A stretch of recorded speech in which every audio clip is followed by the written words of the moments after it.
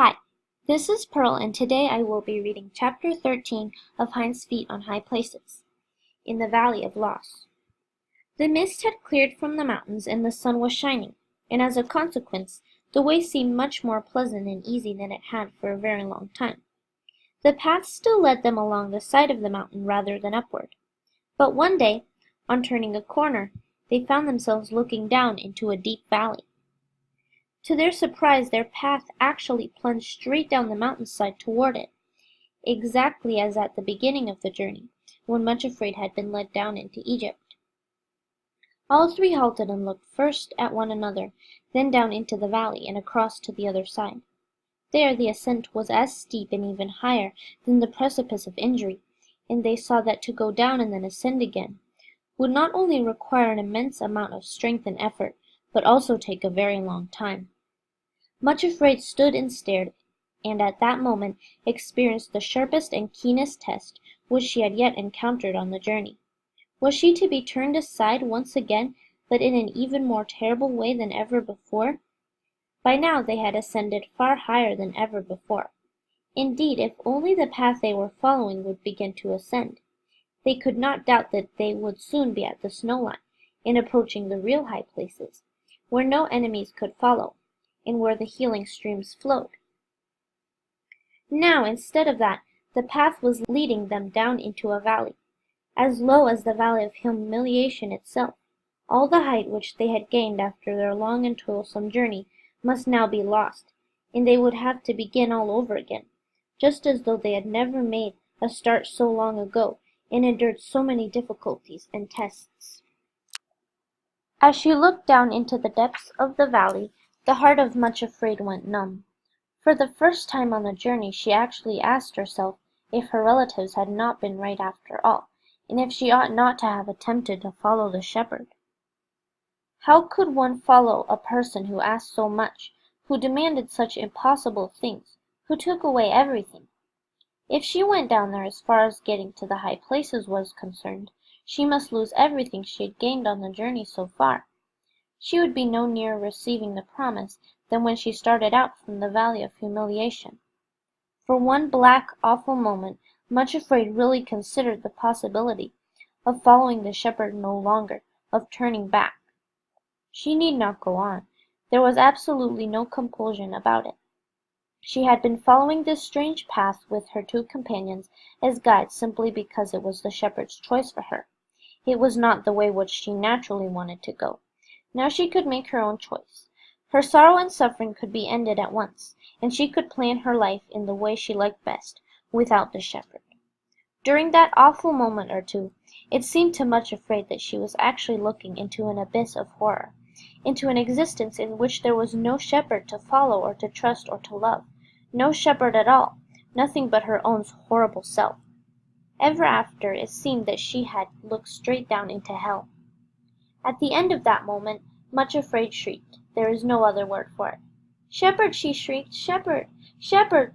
Help me! Where are you? Don't leave me!" Next instant she was clinging to him, trembling from head to foot, and sobbing over and over again. "You may ask anything, shepherd, you may ask anything, only don't let me turn back. O my Lord, don't let me leave you. Entreat me not to leave thee, nor to return from following after thee." Then as she continued to cling to him, she sobbed out, "If you can deceive me, my Lord, about the promise and the Hinds' feet and the new name, or anything else, you may, indeed you may. Only don't let me leave you, don't let anything turn me back." This path looked so wrong and could hardly believe it was the right one, and she sobbed bitterly. He lifted her up, supported by his arm, and with his own hand wiped the tears from her cheeks, and said in his strong, cheery voice, "There is no question of your turning back, Much Afraid. No one, not even your own shrinking heart, can pluck you out of my hand. Don't you remember what I told you before? This delay is not unto death, but for the glory of God. You haven't forgotten already the lesson you have been learning, have you? It is no less true now, that what I do thou knowest not now, but thou shalt know hereafter. My sheep hear my voice, and they follow me. It is perfectly safe for you to go on in this way, even though it looks so wrong. And now I give you another promise. Thine ears shall hear a word behind thee saying, This is the way, walk ye in it, when ye turn to the right hand or to the left. He paused a moment, and she still leaned against him, speechless with thankfulness and relief at his presence. Then he went on, Will you bear this too much afraid? Will you suffer yourself to lose or to be deprived of all that you have gained on this journey to the high places? Will you go down this path of forgiveness into the valley of loss, just because it is the way that I have chosen for you? Will you still trust and still love me? She was still clinging to him, and now repeated with all her heart the words of another woman tested long ago. Entreat me not to leave thee, nor to return from following after thee. For whither thou goest I will go. Thy people shall be my people, and thy God my God. She paused and faltered a moment, then went on in a whisper. And where thou diest I will die, and there will I be buried. The Lord do so to me, and more also, if aught but death part me and thee. Ruth 1 verse 16 and 17. So another altar was built at the top of the descent into the valley of loss, and another stone added to those in the bag she still carried in her bosom. After that they began the downward journey, and as they went she heard her two guides singing softly, O whither is thy beloved gone, O fairest among women? Where dost thou think he has turned aside, that we may seek him with thee? The shepherd himself sang the next verse. He is gone down into his garden, to the beds of spices sweet, for he feedeth among the lilies. 'Tis there we are wont to meet. Then, much afraid, herself sang the last two verses, and her heart was so full of joy that even her unmelodious voice seemed changed and sounded as sweet as the others. So I went down into the garden, to the valley of buds and fruits, to see if the pomegranates budded, to look at the vine-stalk shoots. And my soul in a burst of rapture, or ever I was aware, sped swifter than chariot horses, for lo, he was waiting there. Canticle 6 verses 1 through 3. Considering how steep it was, the descent down into the valley seemed surprisingly easy. But perhaps that was because, much afraid, desired with her whole will to make it in a way that would satisfy and please the shepherd. The awful glimpse down into the abyss of an existence without him had so staggered and appalled her heart that she felt she could never be quite the same again. However, it had opened her eyes to the fact that right down in the depths of her own heart she really had but one passionate desire, not for the things which the shepherd had promised, but for himself. All she wanted was to be allowed to follow him forever. Other desires might clamor strongly and fiercely near the surface of her nature, but she knew now that down in the core of her own being she was so shaped that nothing could fit, fill, or satisfy her heart but he himself. Nothing else really matters, she said to herself, only to love him, and to do what he tells me. I don't know quite why it should be so, but it is. All the time it is suffering to love and sorrow to love, but it is lovely to love him in spite of this, and if I should cease to do so, I should cease to exist.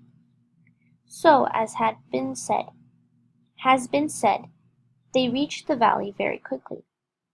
The next surprising thing was that though the valley did seem at first a little like a prison after the strong bracing air of the mountains, it turned out to be a wonderfully beautiful and peaceful place, very green, and with flowers covering the fields, and the banks of the river which flowed quietly through it.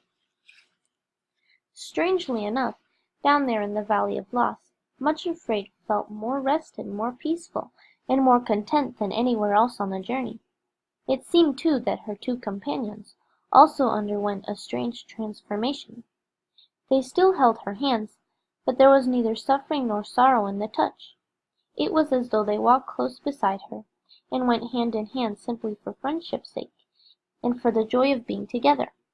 Also they sang continually, sometimes in a language quite different from the one which she had learned from them. But when she asked them the meaning of the words, they only smiled and shook their heads. This is one of the many songs which all three sang down in the valley of loss, and it was another from the collection in the old song-book which Much Afraid so loved. I am my love's, and he is mine, and this is his desire, that with his beauty I may shine in radiant attire. And this will be when all of me is pruned and purged with fire. Come, my beloved, let us go forth to the waiting field, and where thy choicest fruit trees grow, thy pruning knife now wield, that at thy will and through thy skill their richest store may yield. And spices give a sweet perfume, and vines show tender shoots, and all my trees burst forth and bloom, fair buds from bitter roots. There will not I my love deny, but yield thee pleasant fruits. Canticle 7, verses 10 through 13.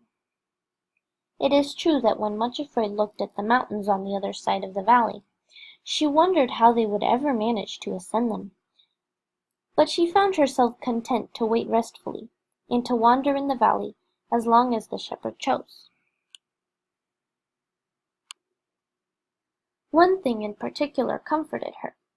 After the hardness and slipperiness of the way on the mountains, where she had stumbled and limped so painfully, she found that in those quiet green fields she could actually walk without stumbling, and could not feel her wounds and scars and stiffness at all. All this seemed a little strange, because, of course, she really was in the Valley of Loss. Also, apparently, she was farther from the high places than ever before. She asked the shepherd about it one day, for the loveliest part of all was that he often walked with them down there, saying with a beautiful smile that it was one of his favorite haunts. In answer to her question, he said, "I am glad that you are learning to appreciate the valley too, but I think it was the altar which you built at the top, Much Afraid, which has made it so easy for you." This also rather puzzled her, for she said, "But I have noticed that after the other altars which you told me to build, the way has generally seemed harder and more testing than before." Again he smiled, but only remarked quietly that the important thing about altars was that they made possibilities of apparent impossibilities, and that it was nice that on this occasion it had brought her peace and not a great struggle. She noticed that he looked at her keenly and rather strangely as he spoke, and though there was a beautiful gentleness in the look, there was also something else which she had seen before, but still did not understand. She thought it held a mixture of two things, not exactly pity, no, that was the wrong word, but a look of wonderful compassion together with unflinching determination. When she realized that, she thought of some words which one of the shepherd's servants had spoken down in the Valley of Humiliation, before ever the shepherd had called her to the high places. He had said, "Love is beautiful but also terrible, terrible in its determination to allow nothing blemished or unworthy to remain in the beloved." When she remembered this, Much Afraid thought with a little shiver in her heart, "He will never be content until he makes me what he is determined that I ought to be." And because she was still much afraid, and not yet ready to change her name, she added with a pang of fear, "I wonder what he plans to do next, and if it will hurt very much indeed." Thanks for listening.